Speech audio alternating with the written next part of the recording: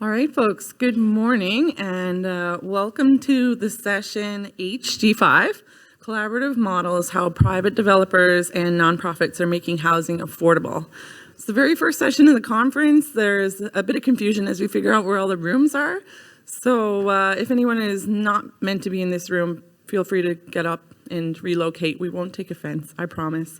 And there also, I think, is a few folks in the room next door who meant to be in this one. Anyways, it's fine. We'll figure it all out together.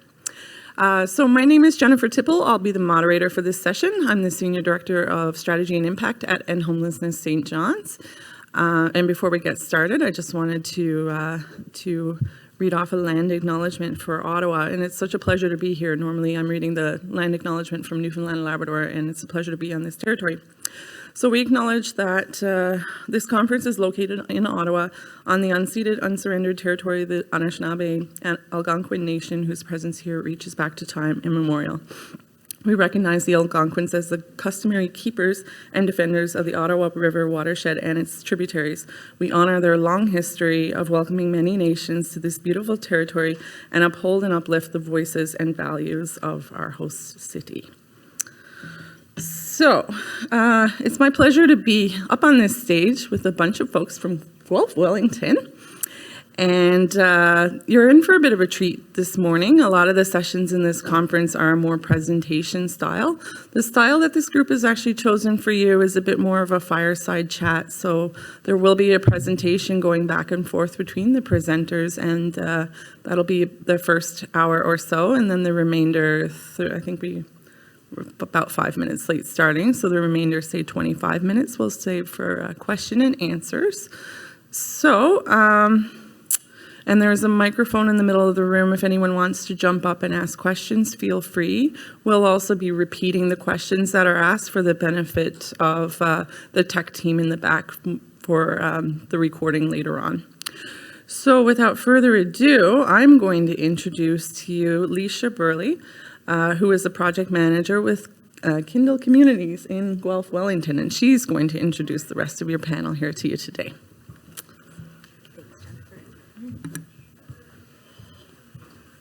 Okay. Very close to the side of the stage here, so someone let me know if I shift around too much. Thank you so much, Jennifer, for the warm welcome in Ottawa. We're really excited to be here today.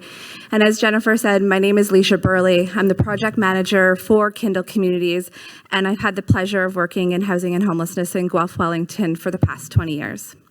And so 10 Shelldale is a pretty special project for me. It's amazing to see housing being built and getting to support that process from the ground up.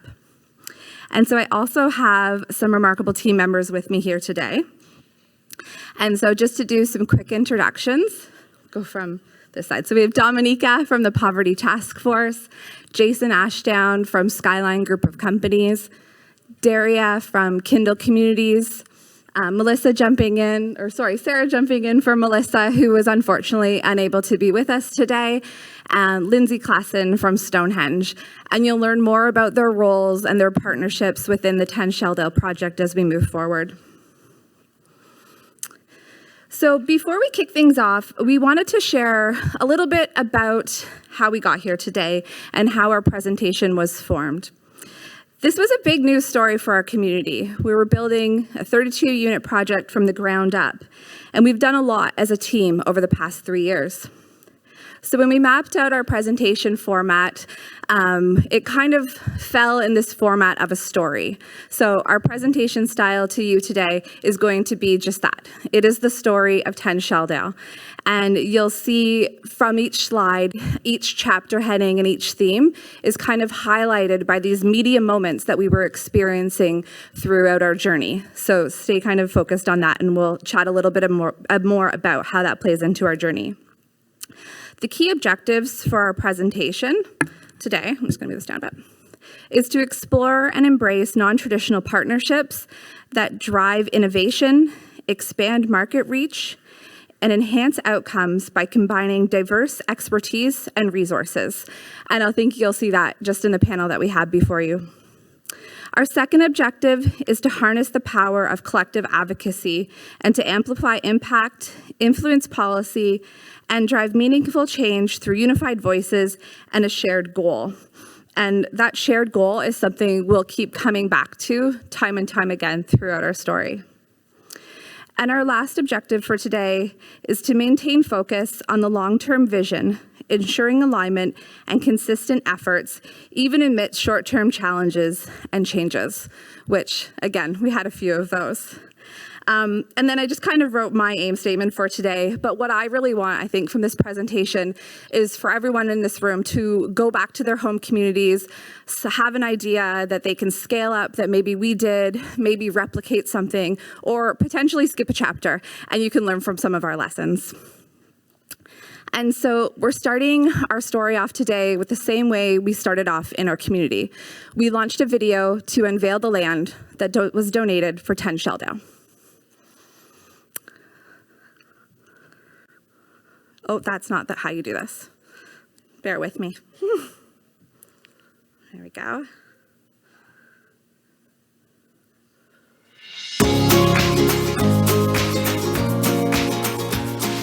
Since 2014, Guelph-Wellington has been working to end homelessness by 2023.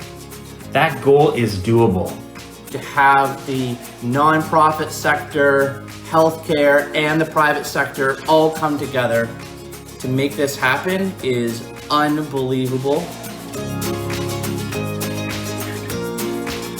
It's so important for us to build supportive housing in Guelph to ensure that our most vulnerable have a place to call home and to have wraparound support services for them. We've had buildings and properties in the Onward Willow area for 20 years. Recently, we've been given the opportunity to donate some of our land to Kindle Communities to build permanent supportive housing in our own backyard. We're proud to lend our expertise to develop permanent supportive housing at Shelldale Crescent in Guelph. Kindle Communities is creating a vibrant and supportive community. We plan to build permanent supported homes for approximately 30 community members, and we could not be prouder to work with our partners and our community to make this project a reality. The residents that will live in this permanent supportive housing building will be some of our community's most marginalized. And that is why we are going to work together with our partners to design individual teams that will provide support to them right within their building. Mental health supports, addiction supports, healthcare. All of these supports will be available to help the residents of this permanent supportive housing development achieve their most optimum health. United Way Guelph-Wellington Dufferin is committed to building a community that shares responsibility for social good. That includes meeting emerging and existing social needs, especially for our community's most vulnerable, by mobilizing support for collective solutions like ending homelessness. This project is super smart. It's evidence-based. You're going to save lives, you're going to reduce costs to taxpayers, you're going to create jobs, and most importantly, you're going to end homelessness for those neighbors that you're going to house in this building. Thank you to Kindle Communities for all you do to support eliminating chronic homelessness in Guelph. Something we've mentioned in the throne speech that we're going to continue to focus on federally, but rely on community partners like Kindle Communities. You know, Guelph is fast becoming a national leader in ending homelessness. So thank you. It is just great.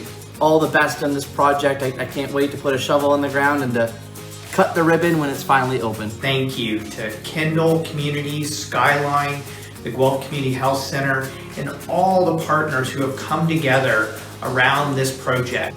Poverty, addiction, homelessness. What do these have in common? A lack of dignity. Permanent supportive housing in the Onward Willow neighborhood is just the first step to giving these people back the dignity that they've lost.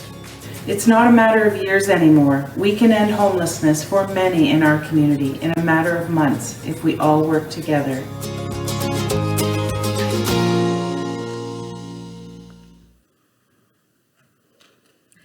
Oh, thanks. Oh, I'm going to play it again. There we go. Awesome. So That is how we launched in our community and is how we're going to start our story today. So chapter 1, I'm going to invite Dominica up to talk about the need. And the headline we chose for this from, I think, Guelph Today was New Permanent Supportive Housing Plan for Onward Willow, or Willow Road area, which is where 10 Shelldale is located. And Dom, you're good. Oh, water. Hi, everyone. It's wonderful to be joining you here today. And as you'll see in that video, we did not end homelessness by 2023. At the same time, you'll see that one of the factors that really led us to have bold vision, bold action was our confidence in our community and the shared kind of commitment and the belief that ending homelessness is possible. So before we kind of jump in, I'm the portion that gives you kind of the more formal presentation structure, but I'm here to give you some of the background that really led to the conditions and context that allowed some of this innovative partnerships and a number of different projects actually in our community. We're highlighting one today. But just some of the background and some of the really concrete steps that we took to drive this type of action and what was involved in it. So to share with you a little bit about our journey to create supportive housing and also a little bit about transforming not in my backyard to yes in my backyard in tandem with that. As the director of our community's poverty elimination strategy, I work with a collaborative of community leaders, advocates, organizations, and most importantly, those with lived experience to tackle poverty and homelessness at its roots. Our journey around this work really involved a strong community-led response to homelessness. Way back when Guelph-Wellington joined the 20,000 Homes campaign, which we now know is Built for Zero, implementing by name data and coordinated access to shift our system from managing homelessness to being focused on ending it. After several years of dedication at the time, our community was actually approaching a 50% reduction in chronic homelessness. However, we recognized that to make a more significant impact, we needed to address our critical need for supportive housing. Alongside this need, we faced major challenges, which some of you can probably relate to these today, particularly stigmatizing narratives around homelessness after, at the time, a municipal election that called for increased policing as a solution. And at the same time, winter was around the corner, resulting in a heightened sense of urgency among community partners and elected officials. Now, urgency can be incredibly valuable for driving action and change, but it's crucial to ensure that urgency is accompanied by hope. Urgency without hope can lead to people pushing for temporary and often costly solutions, which at their worst can compromise the dignity of people who are unhoused and divert attention and funding away from permanent housing solutions. The prevailing narrative at the time was something is better than nothing. It was crucial to emphasize that something isn't better than nothing when something better is possible. This allowed us to make it clear that supportive housing was not only the solution that we needed at the time, but also achievable. We were able to leverage urgency to reframe the conversation and make supportive housing a top priority. This was no small feat. Advocating for permanent housing solutions required time, persistence, and strong relationship building. As we progressed, the mayor became a key housing advocate and struck a task force focused on supportive housing that I had the privilege of co-chairing. So it was an opportunity really to bring key players together, including elected officials from different levels of government and from different political parties, health and housing partners, local funders, and more. The task of developing a plan involves several critical steps that I think could be transferable to a number of other communities. First, we needed to define the problem. We used by name data to clarify our community's need for supportive housing. And one of the things we looked at in particular was housing returns to help inform what that needed to look like. Second, we needed to build a shared understanding. We established consistent definitions, key messages, and highlighted effective practices from other communities. And if any of you are in this room who helped to inform our best practices at the time, thank you. Third, we needed to identify key actions and practically who could action them. One of the primary challenges encountered up to that point was the perception that addressing supportive housing was overly complex, risky, and daunting, making it difficult to find individuals, frankly, willing to put their hand up. Through extensive consultations and a lot of one-on-one discussions, it was possible to outline a practical plan that people supported and saw themselves in. Involving key players from the outset was important in facilitating shared ownership, valuable buy-in, and a willingness to assume shared risk. Using a driver diagram to get really practical, you can see some of the images of the driver diagram we used at the time. It helped us to map a clear path for action by breaking the process into manageable components, such as confirming project proponents or developers, finding suitable land and acquiring capital, operational funding, aligning health supports, making it necessary for system improvements, and launching a YIMBY campaign. This comprehensive plan was presented to the group and consolidated into a 3-page infographic document that served as both a reference point and a tool for advocacy throughout the ongoing process. Fourth and final step was solidifying commitments. This involved bringing all key players together in a meeting, emphasizing a shared commitment to eliminate homelessness. We actually, and as corny as it sounds, we actually all said it out loud together. And it was pretty powerful to just see that we all really believed it and that we were going to do this, and we still do. With a better understanding of the problem and its solution, people became more hopeful and energized, displaying a newfound willingness to work towards creating supportive housing. Of particular note was the commitment from project proponents, including Kindle, who, despite lacking land, funding, and housing development experience, confidently shared their plans to create supportive housing projects. This commitment by these project proponents was a significant turning point, as ideas for housing projects, especially those that are deeply affordable, often remain in the conceptual stage until land and funding are secured. In this case, the determination and confidence of these proponents was sufficient to build partnerships and momentum. In the coming years, strategic advocacy, relationship building, shared messaging, and extensive briefing notes were instrumental in supporting advocacy to acquire land, capital funding, and support from key partners in various levels of government. And finally, for those of you who may not have known you were coming here to learn about YIMBY, but one of the final kind of critical components was the development of our Yes in My Backyard campaign, which involved training close to 500 individuals in 6 months, including project proponents, partners, community groups, elected officials, and neighbors on supportive housing fundamentals, dispelling myths, and how to handle difficult conversations to combat NIMBYism. Grounded in human rights, we help people distinguish legitimate concerns from discriminatory views and mobilized widespread community support. Our supporters received newsletters with call to action, toolkits, and sample letters, all aligned with decision points in the planning process projects needed to go through. 2 of them in particular needed to go through zoning changes. In conclusion, I want to emphasize 3 strategies employed to engage specific key audiences as part of that work. First, we supported proponents and project partners. It's important to acknowledge that despite commitment, proponents can be vulnerable to making compromises out of fear that their projects won't get planning approvals. We encourage proponents to focus on supporters and undecided community members rather than staunch opponents. Second, we engaged elected officials. We coached them to create open houses over town halls and to have zero tolerance for discriminatory perspectives with key message statements at the beginning of meetings and screening questions to neutralize NIMBY opposition. And finally, we built broader community support.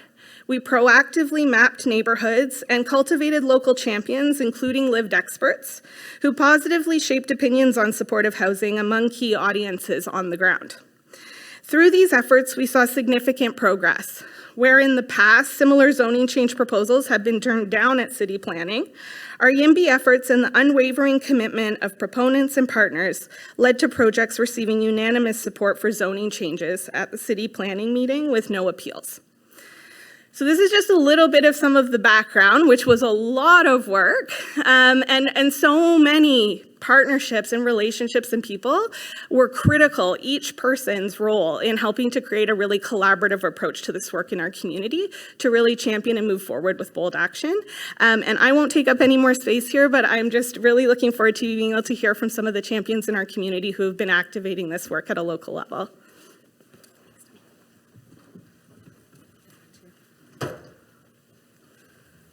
Awesome. Thank you, Dominica. I think one of the big takeaways from the work of the PTF and the impact that it had on us as the proponent with no land, no money, but wanting to end homelessness and fully committed to that, was that we never felt alone. So we always had someone in our back corner saying the same key messages that we said, had our backs when difficult conversations came up, and that's certainly due to some of those strategies that Dominica highlighted. Okay, so we're gonna shift gears a little bit, and we're gonna do a little bit more fireside discussion to learn about some of the other methods and strategies we use to get this project built. And so before I do that, I'm just gonna shift this computer a bit. Did I break anything? It's all still good? All right. Okay. So we've talked a little bit about the need in Guelph-Wellington, and the second chapter for us is going to be learning a little bit about the vision. Dawn mentioned this, but we did receive unanimous support from council to build the project at 10 Shelldale Crescent. And so some of the learning outcomes that we want you kind of to be thinking in and through this part of the presentation is around exploring non-traditional partnership. Who is that private developer in your community that you're going to call when you get home? What is the value of a kind of a holistic approach? We started on a health and housing from day one. We finished that way as well. And having strong vision alignment right from the onset of your presentation. So, in order to kick things off, Jason, I'm going to look to you first to tell us a little bit about Skyline and how you got involved in the project. Good morning, everyone. I'm Jason Ashdale. I'm one of the co-founders of the Skyline Group of companies. We own and manage real estate coast to coast in Canada. We've been in the rental housing game for close to 30 years. We're a Guelph-born business, a private business, and we've owned and managed property in the Onward Willow area since 2002. When we bought some very distressed properties down there that were very poorly managed.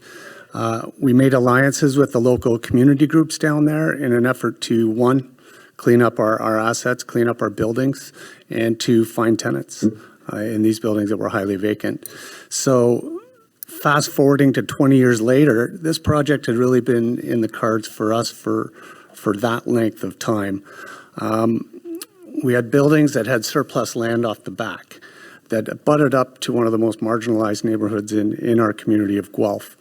As an organization, we have always felt that giving back is important, that a strong community is where we want to do business in, and we felt the responsibility to do our part to help fill the vision of what Guelph could be and to help manage situations that we had expertise in. So when it came to this project, I had people come to me over the years wanting to put up basketball courts or a dog run or make a park or just run trails through this. And we held out waiting for just the right plan and a bigger idea that would really suit the needs of the community that we were talking about. And finally, it happened in a conversation outside of the Kindle buildings that maybe we could build permanent supportive housing. And Skyline is an organization that has long believed that we need to help the people that help us build our business, which is our tenants. We get to see firsthand the difficulties that some families have in making ends meet. As a housing provider, the struggles that people have. Through our years of running this company, we have developed things like a RISE program, which has helped our own tenants stay housed in times of need, whether it's they get in a car accident or have health issues or fleeing abuse or pick one. It doesn't really matter if they've got a reason that they're falling behind. We find ways to help them. We've helped almost 500 people stay in their homes when eviction could have been looming upon them. We've helped build community hubs in our hometown. Me and my partners come from small towns, Walkerton and Fergus, Ontario. And we built a community hub in Fergus where we're helping thousands of kids and youth who need mental health services. And this permanent supportive housing build here checks another box for us where we can help those most vulnerable find the supports they need and do our part to end homelessness, at least in the city of Guelph. We don't profess to have all the solutions, but we do have expertise and we do have resources. And in this situation, we brought land and we brought development expertise, and we helped this organization get mobilized. And it seemed to me that once we had the land in place, it really created the seed to help the project take hold. And once there was that commitment there, it was kind of like hope that all the other pieces will come together while pushing from all sides. I know how difficult it is to manage properties, managing hundreds across the country, and pulling together a group of people that bring the resources you need is critical. And I'm amazed at how seamlessly we seem to pull it off. We're like a duck on water, you know, you look all calm on the surface, but the legs under the water are really going crazy. So that's who I am, that's who Skyline Group is, and that's what we brought to the table to help facilitate this project. Awesome. Thanks, Jason. It was a pinch me moment when we were like, so we want to build housing. He's like, oh yeah, we're going to give you the land. It was that organic. And I think it really has to do with the vision alignment and the desire to create affordable homes for folks in our community. And so, Daria, maybe looking to you to talk a little bit about Kindle and your organizational vision. Thanks, Leisha, and thanks, Jason, for kicking us off. Well, I think I was that duck, all calm on top and paddling really fast on the bottom. I think the unique place where I come into this story is that I joined Kindle Communities as the CEO just over 2 years ago. So literally weeks before shovels were going in the ground and ribbons were being cut. And the past CEO, who you would have seen on the video, really deserves all of the credit, along with absolutely everybody here and others in our community, for the steadfast courage and leadership that was demonstrated in that moment to craft a vision for Kindle that people would stay steadfast to and could connect to. And so when I joined this community and this organization, I was full of excitement about this awesome opportunity to end homelessness. And that's what people all around Guelph and Wellington were talking about in relation to Kindle Communities. But I'd never been a part of anything like this before, where there was so much synergy and so much energy. And it's been a privilege to be able to see the project through until where it is now. Kindle really is this very small, not-for-profit, charitable organization. Before 10 Shelldale, we owned 2 other properties. So we own a residential property that is rented out by a partner organization where youth programming is being run from that property. And we own a fairly large community center where we rent to other social service providers in the Onward Willow neighborhood who are providing services to families and children and youth who are in need. And then along came Jason and Skyline, and a conversation happened that I've heard, many times since joining this community about something that wanted to be built. And I think Leisha, along with Sheila, were really clear in that they really wanted to end homelessness. And we may not be there now, but we certainly believe that we can get there. And so this piece of land, 10 Shelldale, is adjacent to the community center that we own. And so it really was the perfect location to start to build 10 Shelldale and permanent supportive housing. And of course, the land and the in-kind services that were donated by Skyline were certainly critical to the success of the project, but we also very, very early on needed to have partnerships and had partnerships from our health partners with, again, no funding, but what we all had was a lot of clarity. And so maybe, Sarah, you want to talk a little bit about how health kind of comes into the story? Sure. Thanks, Daria. Can you hear me? Okay, there we go. Now I can hear me too. Yeah, thanks for having us here today. I know I'm looking out on an audience of people with lots of experience, lots of expertise, lived experience, work experience, life experience. So I really appreciate you hearing our story, and I'm sure we have lots to learn from you as well. For us, a person's health status or housing status is directly connected to their health status, right, and vice versa. We know that if someone doesn't have a house, doesn't have a place to rest their head, that their health is compromised. And so the community health center and all community health centers, and I know I saw a few of you in the room, so I know there's a few more represented here, but all community health centers have a mandate to provide healthcare to people who would have barriers to accessing a more traditional healthcare system. And all of us identify priority populations in our community that are at risk or that are, again, have barriers to accessing the healthcare that they need.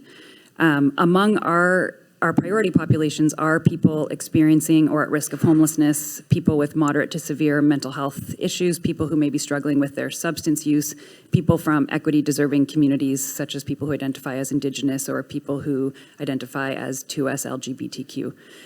And that's not all, but that's a list, a shorter list. And so why I'm telling you that is that those are the populations that are the priority populations for 10 Shelldale. So right there's a fit in terms of the mandate of our organization.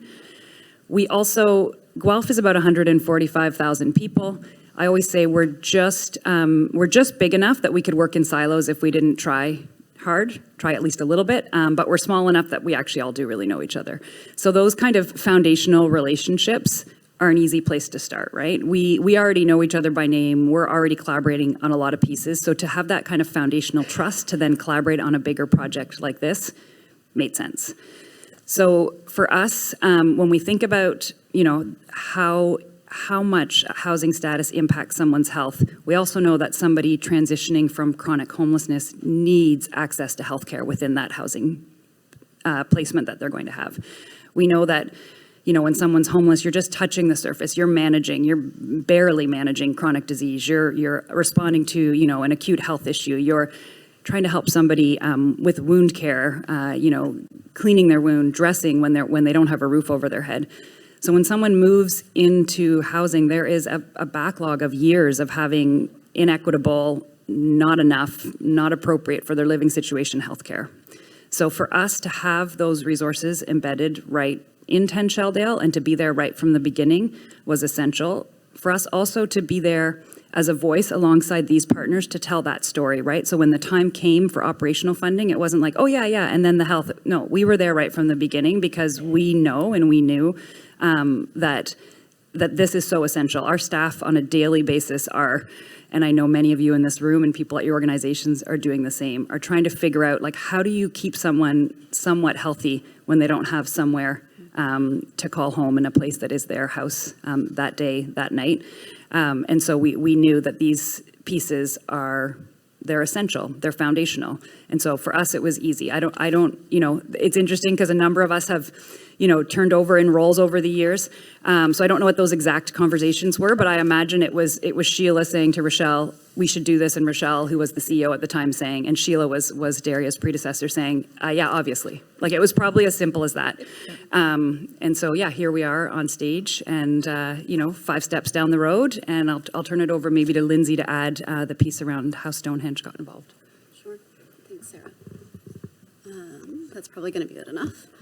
So Stonehenge is a publicly funded healthcare provider that provides a range of substance use interventions aimed at the more complex care end of the continuum. So we provide residential treatment, addiction medicine, community and justice services, as well as a range of housing support services. So prior to this project, Stonehenge has provided transitional housing, crisis stabilization beds, and approximately 80 units of supportive housing scattered throughout the Guelph-Wellington region through our supportive housing pillars. So we've had a strategic aim for many years of ensuring that folks are able to access substance use and mental health supports in the housing context. Additionally, we've been working closely with our partners at the Guelph CHC for many years on numerous projects, always aimed at integrating primary care and substance use treatment and care for folks in the most seamless possible ways in a variety of contexts. So through those things, we've established a pretty strong reputation in housing and addiction service in our community, and for working with a population that really requires highly complex care that is evidence-based and dignity promoting. So those really established relationships that Sarah was chatting about already meant that when the early conversations around 10 Shelldale evolved into a high support model prioritizing the needs of those with the most complex needs in our community, it was just in really deep alignment with work that we were already doing and that we wanted to be doing in our community. Really deep alignment with our organizational goals. And of course, we were pleased to be considered partners by both the CHC and Kindle, which was a new partner for us in this context when the time came to start looking at what the operational model would be and developing a vision for a really full spectrum of care in that context that would be embedded right into the housing model.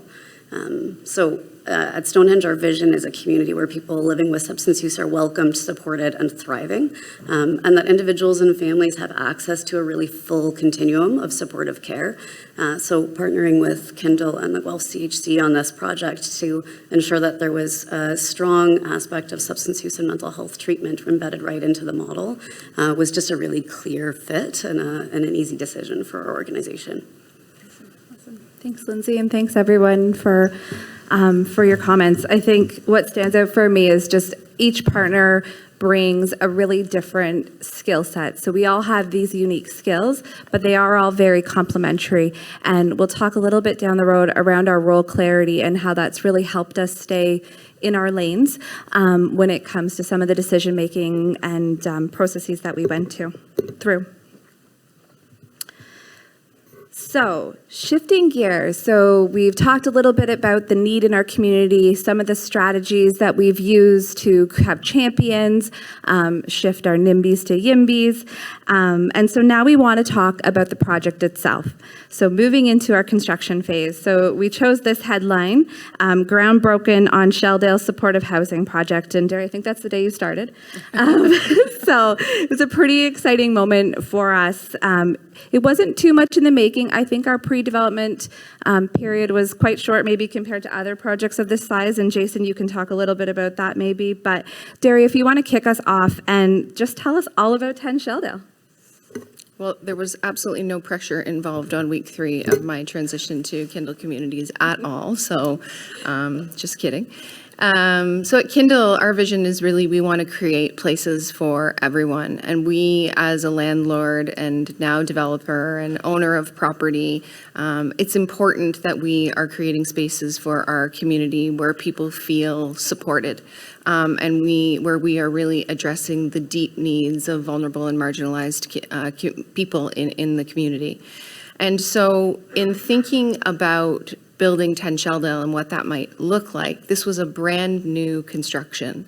We wanted to provide people with a sense of a home, but a sense of community.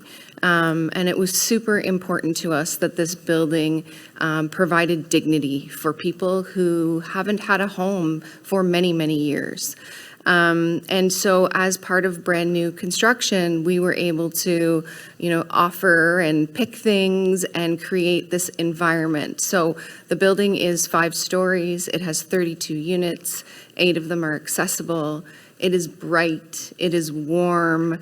We really had a strong intention of wanting to create a welcoming environment for people where people could, bring their friends over and gather on the main floor, and programming would be run, and that people would be proud to live at 10 Shelldale and call that their home. We have a room where 32 bikes can be stored for people who have bikes, and individuals do not have to take those into their units.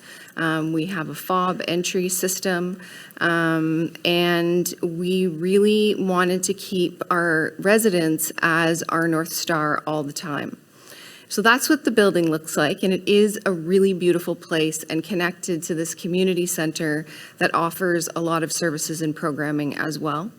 When I think about the amount of resources, when you think about the construction and build of 5 stories and 32 units, I don't know how many in the room have experience in doing that, but that can be quite a daunting task for what I call a small and mighty team. But for us, it was really all hands on deck. And we had a team of people And oftentimes, Leisha and I are the spokespeople, the faces of the project, doing the things that we do, but we also had an incredible amount of support from our finance team, from HR, from property management, and those resources were shared given how small we are. We benefited from in-kind contributions and consultation that we've already referenced in relation to the work and the partnership that we have with Skyline. And one of the phrases that I've heard since I've joined is, you have to be shovel ready. Even when we think about the next project that we're going to do, Leisha will always tell me, you have to be shovel ready for one of these, for when the opportunity comes your way.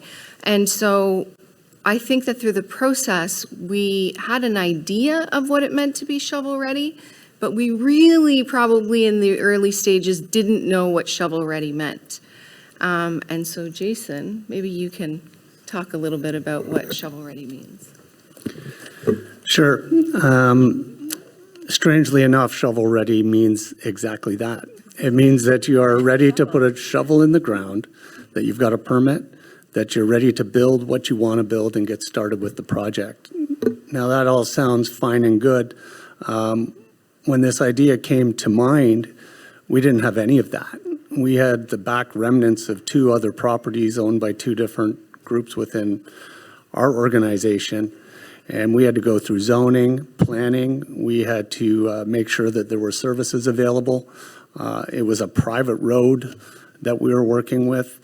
And building stuff really isn't easy. It's a very complicated process, and it seems to take forever.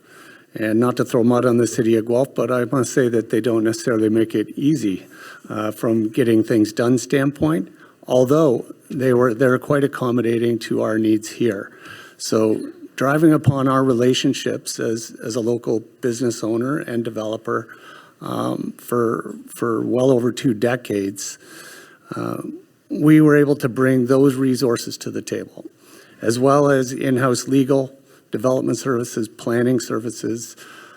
When I talk to our people in our organization, I always ask them and plead with them to always share the resources that they have by their experience, by their know-how, their education, and to share those with the community, that they're often more valuable than those novelty checks that you might see at a golf tournament or whatever. And to sit on boards and to get involved and to take that step to help facilitate things for those that may not have the know-how. And in this situation, it worked beautifully for us, because not only did we have the expertise and lots of it in-house, but we also had the land, and we also existed in the neighborhood with hundreds of units. So it was really a win-win-win for us. But shovel ready is not an easy thing to get to. In background conversations with the city, you get a good gauge on whether it's going to work, and you got to move from there and knock them down, one can at a time, like off the fence. Thanks, Jason. I think one thing to note too about our property is the 10 Shelldale is located in the backyard of a Skyline property, as well as another Kindle property. So when we kind of shift gears here a bit during construction, we're also going to talk about communication. So Derry, I'm going to look to you for that one. But we could say, yes, in my backyard, because it truly was. And we had been in this community for over 20 years at this point. So Derry, can you talk to us a little bit about the communications approach while kind of construction is happening in parallel? Mm-hmm. So, how many of you here have ever been part of a big change management strategy? I think maybe a couple of you. One of the main principles of change management is communication, communication, communication. And then when you think you've communicated so many times and somebody asks you, what's that going up in my backyard?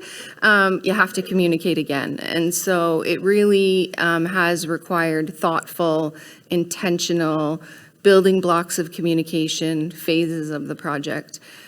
One of the elements I'd like to highlight, and I think was a real signature for this project was the community advisory group that was created.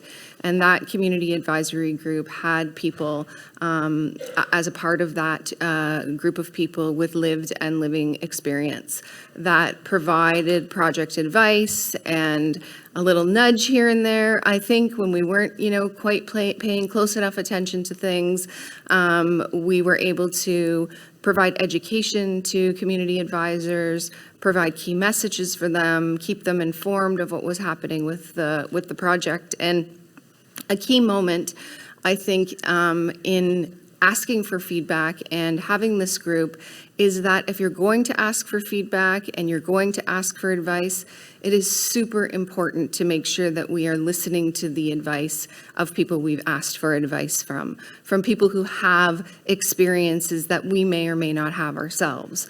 And I recall this meeting that I was at very early on again, actually at the PTF, and there was somebody at the meeting who was a longtime resident of Onward Willow, and the question was, I haven't really heard very much about that 10 Shelldale building in a while. I wonder what's going on over there. And of course, that led to a conversation with that individual and a relationship being forged with that individual. And so it is important to ask for feedback, but it is also important to be good listeners. And the other thing is to remember that when you have a community advisory group is that these individuals often live in the community.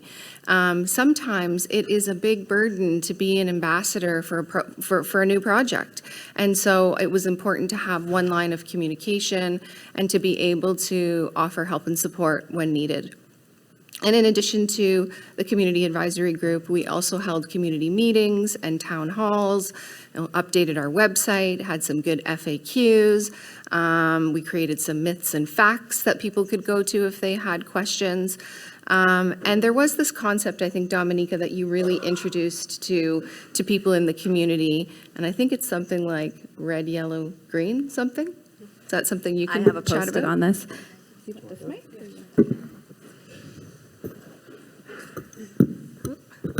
Thank you. Yeah, so I will give a shout out specifically to someone that does communications consulting in our community, because we kind of tag team this one in regards to kind of increasing awareness, and her name's Lisa McLean.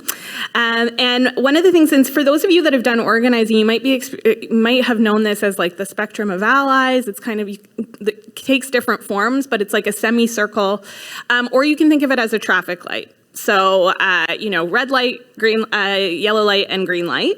And essentially what it is when you're coming up against opposition for a project, more often than not, there's kind of three main groups of people that you come up against with different perspectives. You've got your opponents, you've got your supporters, and then you've got those that are undecided. More often than not, the bulk of people are undecided.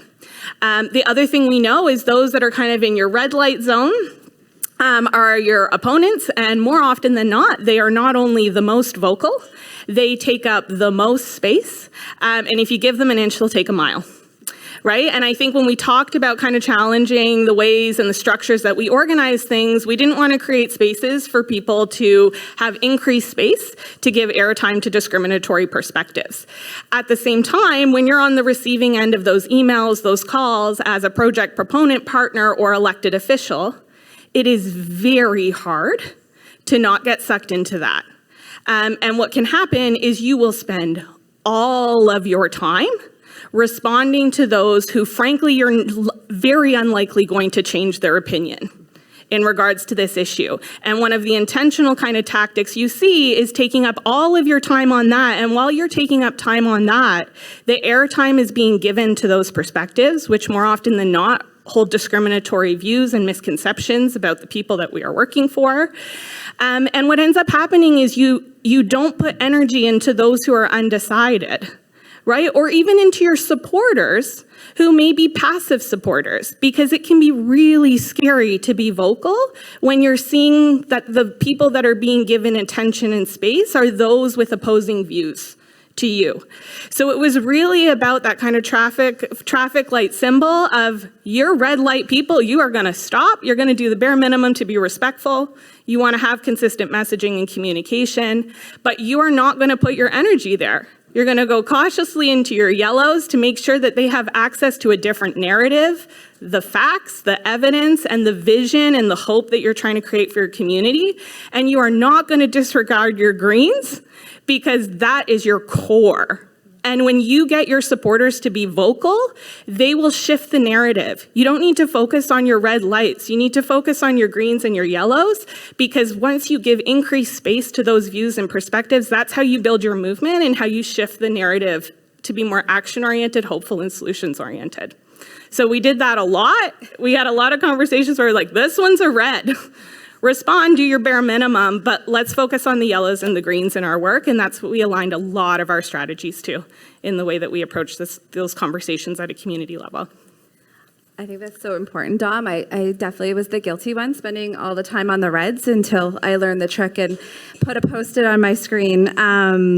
And it's really time consuming, and there are only a few of us here. So it's definitely a good tip and trick as you're doing some of these change management processes in your own communities. So we're going to switch gears and maybe speed it up a bit to my panel folks. So we're going to talk about money and how did we fund this project. So as you can see from some of these headlines here, I don't know if anyone else was born in the 80s, but it was a bit of a choose your own adventure at times. We had this roller coaster. Thank you for reading those books. It was a bit of a roller coaster. So at one point we're having this special council meeting. Everyone is all in. It's great. And then, maybe not so much. And then this question, time and time again, no operational funding in place for supportive housing, right? And so how are we responding to these types of questions and these media moments? So I will say before I hand it over to our panel here that we were successful in the end in getting full construction funding for this project. And we also got this cute little call-out box in the provincial budget that announced $9 million in operational funding over 3 years. So it did come together and there was hope, but it took a lot of brave and courageous leadership from the folks on this panel. And so, let me find my questions here. Terry, I'm going to start with you again too. Can you tell us a little bit about what the construction funding looked like in the end for 10 Shelldale? Yeah, thanks, Alicia. And maybe I'll just quickly go through these parts. I think this is super important. We were, really fortunate to receive early on in the project CMHC seed funding, which allowed us to, gave us a lot of help and leverage in the early development pieces. And we also received funding from all levels of government. And these were contribution only funding agreements, which does mean that this results in the fact that we do not have a mortgage on that property. I will say that it is incredible to have all levels of government, despite political party or philosophical beliefs, had a fundamental belief in ending homelessness. And that support was pivotal to staying the course and maintaining a focus on vision. And you will see that regardless of who sat in the seat of leadership, they adopted the same vision as the person before them and came together to make sure, because you start a project three years later, things are not always in a straight line and smooth sailing. You have to be able to stay the course in the ups and downs of the journey. And another, I think, really unique part of this project was that our construction and capital was also framed out and built on a fundraising campaign called Home for Good. And Jason was actually the chair of Home for Good, and so he'll tell you a little bit about that. I don't have a lot to say here other than projects like this have a lot of needs across the spectrum of where the money is needed. And the Home for Good campaign was meant to bridge the gap for 3 projects like this that were going on simultaneously in the city of Guelph.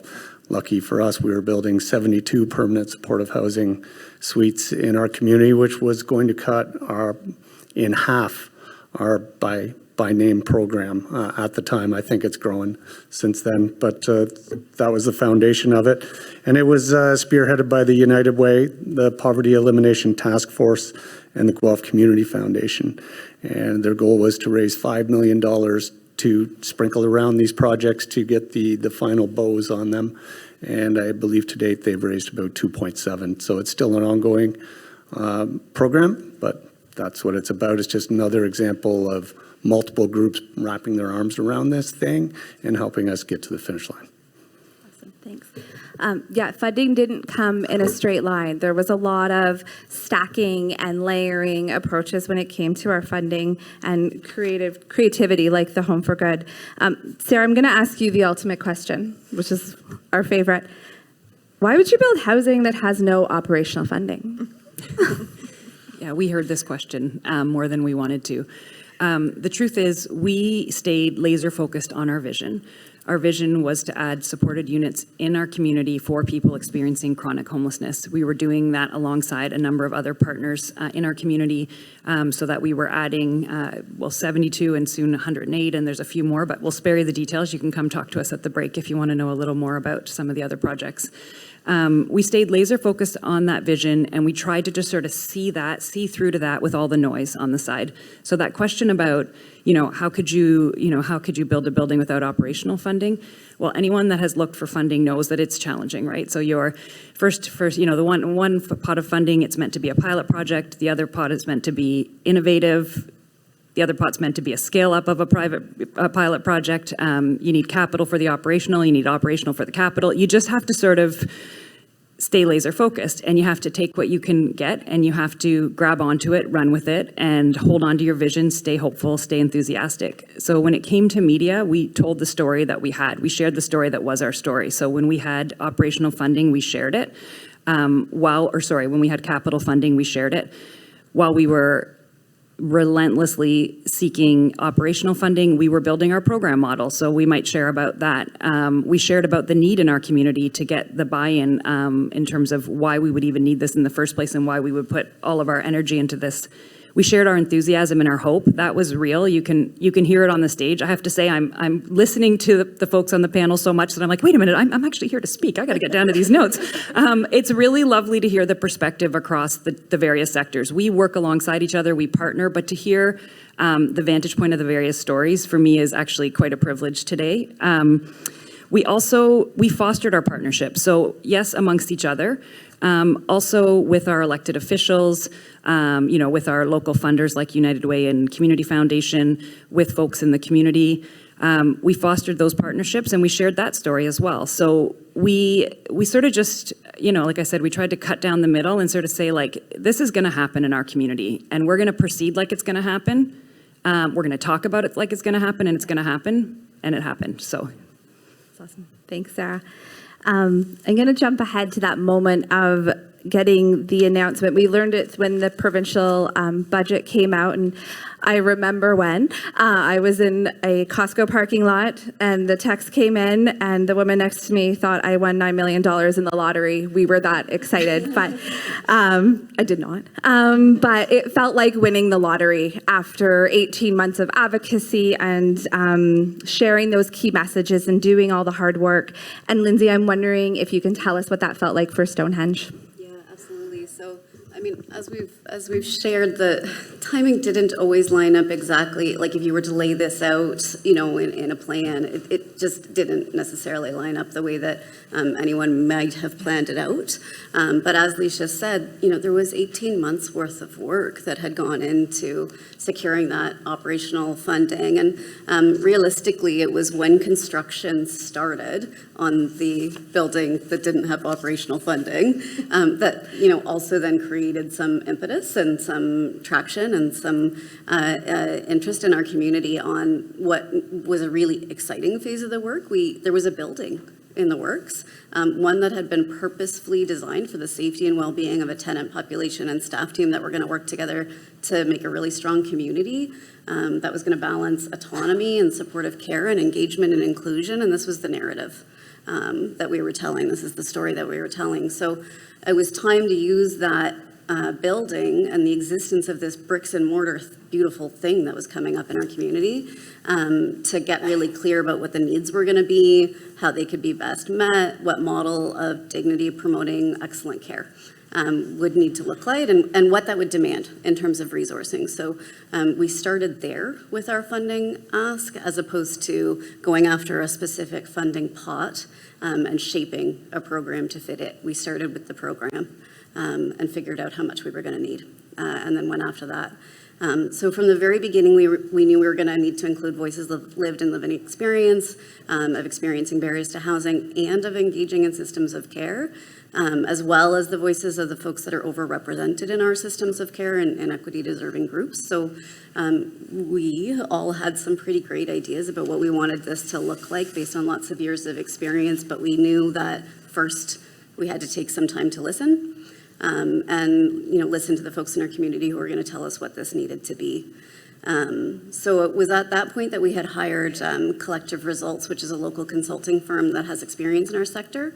They brought a third-party neutral lens into the process, and we built an advisory committee for them that included representation from all of the involved partners, voices of lived experience and living experience, voices of peer support, and representation from the Southwest Ontario Aboriginal Health Access Centre. And they formed the steering committee for a project Collective Results undertook for us to build the model. And it wasn't until that model was built that we knew how much money we needed, and then that's what we went after. Really part of the challenge over that period of time was holding really strong and true to the message of, yep, this is a high funding ask. Yes, this is what they need. This is what will generate the outcomes that our community wants. And this is how we provide dignity-based permanent supportive housing, and not responding to the asks to pare back, to do less, to run a smaller model, have less staff, compromise. And we didn't compromise. So when that phone call came, I will admit I've been doing housing-related work for 20 years, and I personally did not think that we were going to get the whole ask. I really didn't. I was hopeful and determined, but I assumed that a pare-back ask would come. And so when it didn't, there was a lot of jumping and up and down, happy swearing, and lots of tears. So it was really, really exciting. And for me personally, some of the best days of my career have been those days where you get to call somebody and tell them, you've been accepted, you have a home, here's your new apartment. And that day I got to call our staff, our partners, everybody that had been involved in that steering committee, and say, we get to offer that 32 times. Thanks, Lindsay. I'm going to just shift gears because I do want to really end on this final chapter, and we have a video that was actually created for us by our tenants and staff, and I think sums up the impact better than us? Yeah, it's great. So we really want to share that. So shout out to the Toronto Sun on this last chapter, but the Guelph project provides residents with a whole new start. And so we'll share and conclude on our final video here.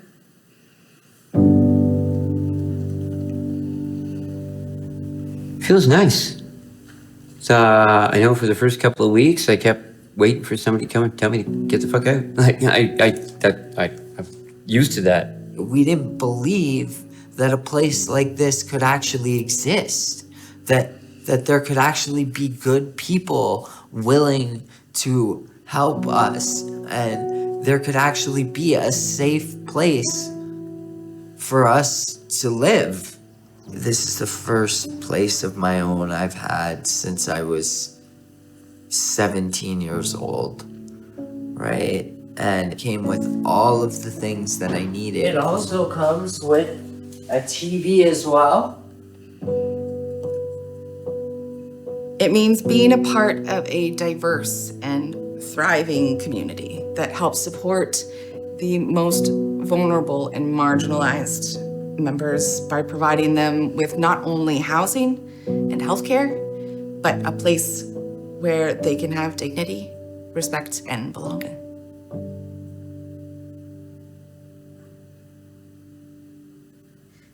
walking with someone into the unknown, building trust is an incredibly humbling experience. We both know that it's not the answer to every challenge or barrier that they face, but it is an opportunity to face those challenges with safety and support. There is an overwhelming feeling of gratitude to be able to be part of something that can provide that. When we were doing the assessments and the intakes, everyone was so grateful. Like everyone was thanking us and just explaining how much better this situation is and explaining all the things that they wish to do moving forward with programs or with activities or with just even cleaning up stuff in their life and figuring things out. It's been very, very fulfilling to be a part of that. It's everything that a single person would need. I'm not dead. That's pretty much like the cut and dry of it. Like, I'd be dead because I've had 2 overdose incidences, and it's not like I'm not careful. Like I'm usually very careful with where I get the drugs that I do and how much I do them. I quit using needles before I moved in here, and I've managed to stay off of them. So if it wasn't for staff, you particularly last time, and my counselor the time before that, I'd be dead. So thanks. And it's kind of cool because you got like a doorman, right? Like it's great. Like if I don't want to come downstairs and let somebody in, nobody else is going to, which is perfect because sometimes I just don't want to see people.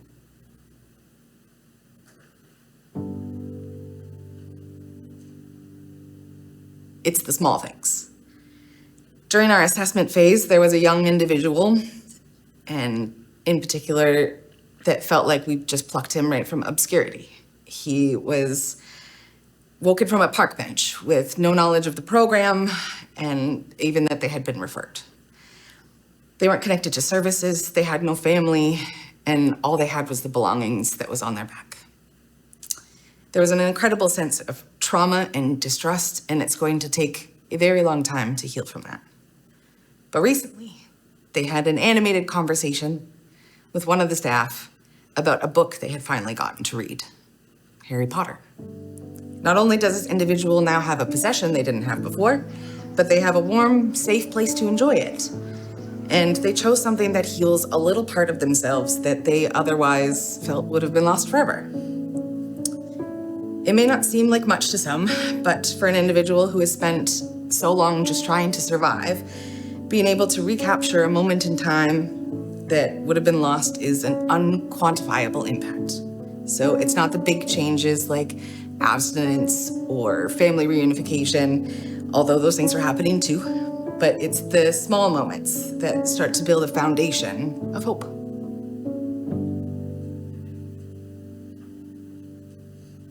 I think including the homeless in the process of creating the housing, make use of them, because then there's a lot more invested in the home, like they've helped to build it. And they'll feel maybe a little more sense of ownership, right? You need to change your mindset. We live in the 21st century. We have all of this technology that we're not using. We have all of these smart ideas and philosophies and understandings that we are not using and not applying, and we need to start applying them yesterday. It's interesting because when you come from a place of lived experience and as a clinical staff member, you get to watch the ups and downs of people's lives in this sort of tiny micro environment, and it makes all the difference. So even though the days are hard, and even though sometimes things don't go well, you can go home every day knowing that you did some good.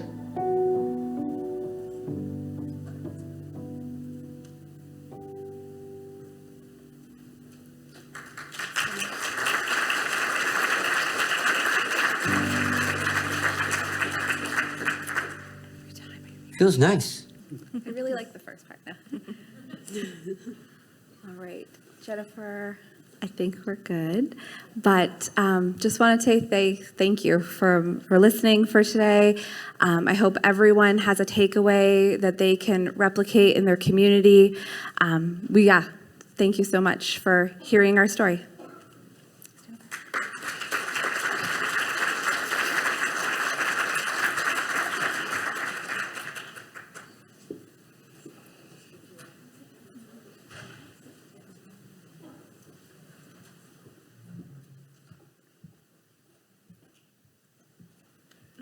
Thank you to our colleagues from Guelph-Wellington for a very heartstring story to kick us off. I think in the sessions you've set the bar high.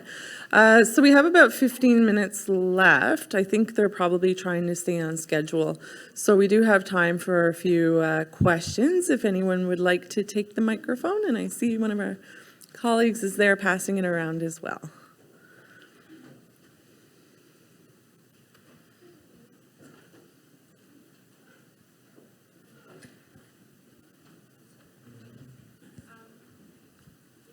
Oh, there's one here, and then I think you were second, and then we got a third. Okay. Hello, you can hear me? This question is for Jason and others if you have input. I live in Dufferin County, an hour from Guelph, and you'd mentioned in your presentation that Skyline was had always been interested in helping the community. Are there other organizations in our area or other builders in our area that you can think of that have that same idea, part A, or is Skyline looking to do more work perhaps with Dufferin? Just one sec before you answer that. Tech team in the back, do I need to repeat that or are we good? You caught it. You're good. Okay, sorry. Go ahead, Jason. As for opportunities that we might have in Dufferin, depending where you are, Orangeville or wherever, we don't actually own much there. But to answer the first part of your question, yes, we're always looking for that dare to be great opportunity.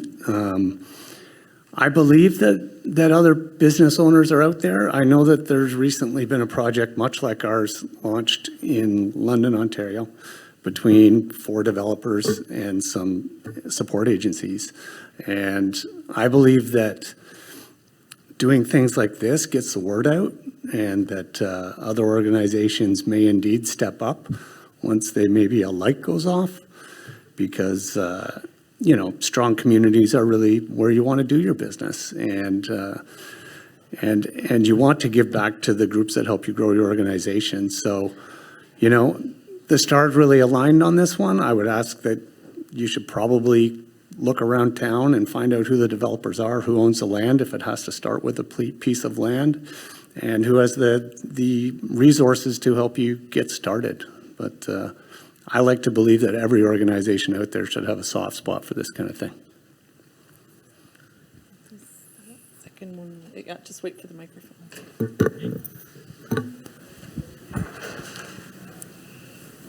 Thank you. I'm from the city of Peterborough, and I'm a housing and homelessness program specialist. And so my questions are coming from kind of that lens. When you're working together, who owns the land and how long are you guaranteeing affordability? We did own the land and we donated it to them, so it is now theirs. And Leisha, I'm going to ask the how long, 40 years? 40 years. I think there was another question back over here, and then we'll come over there and then right here. Okay.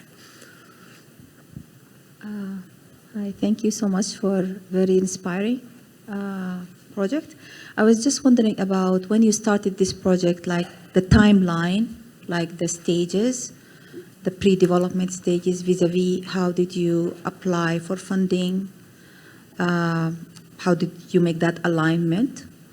And then you own the land, but you are not the one who is operating the building. So sometimes I know there's some funding sources that you need to be a not-for-profit organization. I come from Fred Vector, not-for-profit organization who provides supported housing.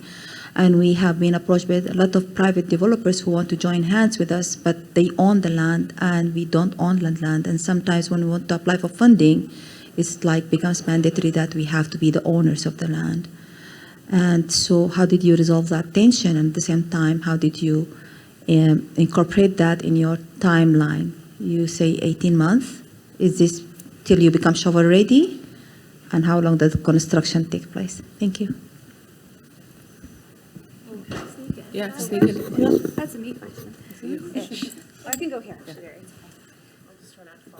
Yeah, just watch your step. So kind of start to finish was just under 3 years.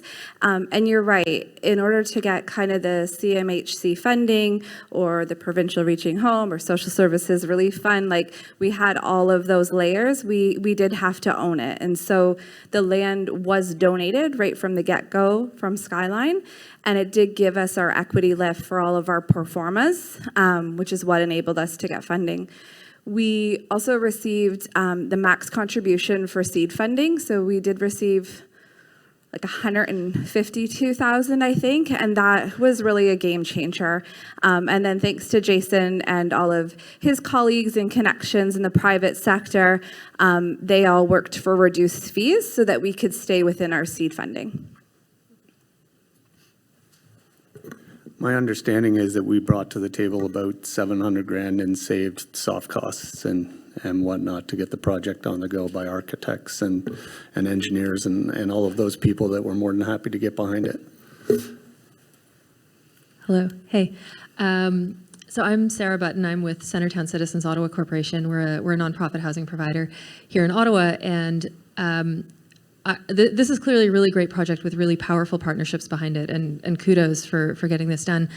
I think what I'm struggling with a little bit is that free land and $700,000 in-kind contributions and 100% contribution and no mortgage, it feels like a bit of a fantasy in my world. And so I'm wondering, and I guess it's almost two questions in one. I'm curious about whether there are any legal frameworks or legal partnership agreements that have helped guide the relationship between all of the many parties, but also, you know, is there realistic replicability or scalability of a project like this? Because I'm like, none of those things are going to happen for me in any of the projects in my pipeline. I can try. I think that where your question resonates for me and why I want to give it a try is because before I came here, if I was sitting where you're sitting right now, I'd probably have the same response. And I really do think that the uniqueness of having come to this community just over 2 years ago, I mean, I think probably the pinch me moment that we've all had throughout this process is because it, you know, if people went to their inner selves at any given time, did it feel like it was a bit of a fantasy? Like, were we really going to be able to do this? But I think there was a fundamental belief that we were going to do this and that this was possible. And staying to that vision, you know, the advocacy, the number of people you involve, all got us to where we got to in the end. And so even very early on when I met Jason, I said, oh, I was kind of afraid, like, you've already given so much and like now I'm coming back to you and I'll ask you another question. And, you know, his response to me was so generous. It's like, if you don't ask, then you don't know. And the answer's not always going to be yes, but if you don't ask, you won't know. And so I just, like, I share that with you to just hold that as you go through whatever journey you're going through in your community. Yeah, and I think, I don't know, like, I remember in early days, like, I was making promises left and right. I remember saying to the mayor, if you boldly say we're going to build supportive housing, I promise you will win. I had no idea if we were going to make it happen, but did that ever come out of my mouth? No. And we literally just kept, and people say fake it to make it, which, like, I don't think is the best way to talk about it, but I think we genuinely believed we were going to do it. I don't think we thought we were going to get as much as we did in the process, but I remember when we got attention from the Prime Minister in the process, and we were like, whoa, okay, it's like go time, and we are going to make this happen. And I remember the feedback we got, because it was during the pandemic, so it was like a virtual meeting, and I remember him saying, you know, what's standing out about your community is your collaboration and the consistency and commitment in messaging. So honestly, the relationship, and we do have a community that values relationships, but a lot of that also wasn't easy. We had very diverging views on different things in early days, very diverging views about what the solution was going to be. But what it was about, it was kind of like an ironclad commitment of all being like, this is our messaging. We are literally going to just say we're going to do it. And that was contagious and got people on board. And it got really hard for unlikely partners in the past to say no, because every single elected official was like, we're doing this. And we're a unique scenario where we've got different political parties represented at our different levels of government. But that was powerful. And the story, people were believing it too. And I think don't underestimate the significance of helping people feel hopeful and to feel possibility, because that in itself, even in the absence of the practical things you need to make happen, hope sells things to people. People right now, especially, people want to feel hopeful. So don't underestimate the significance of bringing confidence to that, bringing feelings of possibility, because it got really hard. Who didn't want to be part of that, right? So I know it's hard, and I know that this example probably feels really, really difficult to just make that happen, but we definitely didn't think we were going to do. There was lots of points of doubt, but that's not what came out of our mouths. We were like, we're taking the risk and we're just going to do it until we're not. So. All right, I think we have time for 2 more questions. So we'll go here and then we'll go to Justin at the front here. Congratulations. And also, I just want to know, I come from the Niagara region, St. Catharines, where there's not a lot of land and pockets of land. So I'm just curious what Guelph is like, and if I realize you have a space for land, but in your search for land, was it difficult to find available development land besides from Jason? I'll start by saying that land is scarce, but maybe it's an existing building. Maybe it's an old school or something else, an industrial thing. You know, just keep your eyes open as you drive around, and then you have to drill down and figure out who owns it. And maybe these municipalities, Dufferin, Peterborough, Niagara, St. Catharines, talk to the city. They've got land. We're loosely working on some ideas in the city of Guelph now and some remnants that they might have. And once you've got a proven model, use ours if it's good enough. Maybe that will shake something loose and give you the equity stance you need to start a project. There was also 3 other projects as part of this broader kind of movement in our community. One of them was a motel conversion by Stepping Stone, who had like a donation from the past, and they purchased it again without any commitment of resources, and they got Rapid Housing Initiative dollars for that project.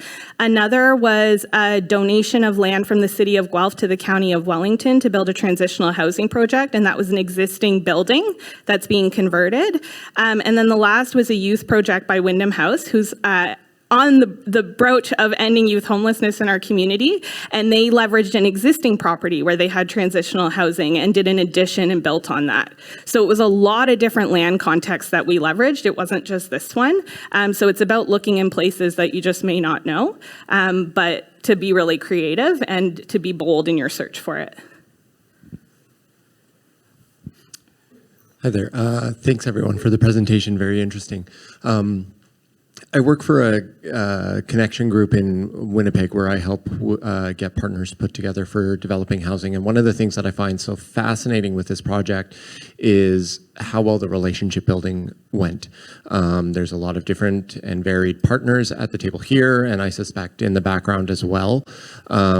And one of the biggest challenges I find we face in Winnipeg, or at least when I'm having conversations, particularly with nonprofit and Indigenous groups, is establishing trust with the different partners that are coming to the table, especially those that aren't directly within the sector.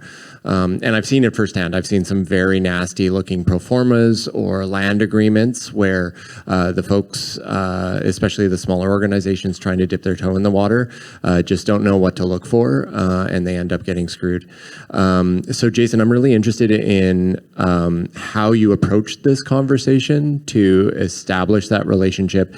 And I suppose for the folks around the table as well, if you've got any recommendations for what questions to ask when you're going into these types of conversations, or what are some of those green flags that you looked for in this project to say, hey, this actually really does look legit and it looks like it could work, that'd be super helpful for us. Well, luckily for us, we had a long track record with these groups. We knew them. I had sat on boards in the Willow Road area. I knew the results that they were getting. Many of our tenants in the neighborhood used their services. So trust wasn't a question for me ever. I'm one of those people that trust first, unless you give me a reason not to as well. Maybe a character flaw, but it really didn't even come to my mind. It was more about an alignment. What's the end game is usually the question I ask about everything. And if we're in alignment with that, then let's go for it. So. All right, one last question, then we'll wrap it up. Hi, it's a really great project. If I want to know more, if I want to speak with somebody who can help me to maybe start something like that in Montreal, with who can I talk? Not now, but later, in the weeks later. Who's the best person in front of you to talk me more, to tell me more about that project? I mean, I think you can probably email anyone up on this screen. It depends on the piece that you want, but if you're, Leisha, are you up there? I can't. Yeah, okay. Leisha's got a lot of the history and background in terms of how we got here. Lindsay and I have the pieces around building the program model, and then, of course, Jason, I don't want to offer you up here, but in terms of the, but I guess I'm doing it. No, but in terms of that piece, there is a component, I think related to the developer piece and the private partnership. So I would just say have a look at the screen, and we know how to find each other if you need to be rerouted somewhere else. Okay, thank you very much. Quickly, 100% of the reason I'm up here is in hopes that this will happen in other places. And we've already had people reach out to us on the East Coast, and we can have a Teams call. You can get all of us at once and go about it that way if you need guidance or just want to share the model. And I know it's not perfect that it'll apply to every community, but we'll give you what we got. All right, thank you, folks. Yeah, go ahead.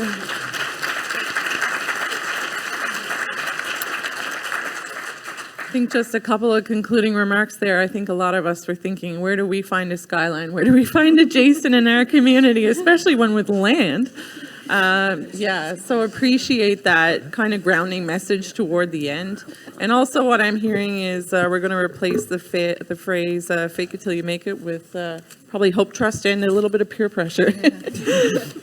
All right, folks, if you didn't get a chance to ask any questions, feel free to take a picture of this slide. The email addresses for our panel are there. You can also reach folks on the app as well. At this point, I'd like to wrap up this session. Thanks so much for coming, and have a great lunch.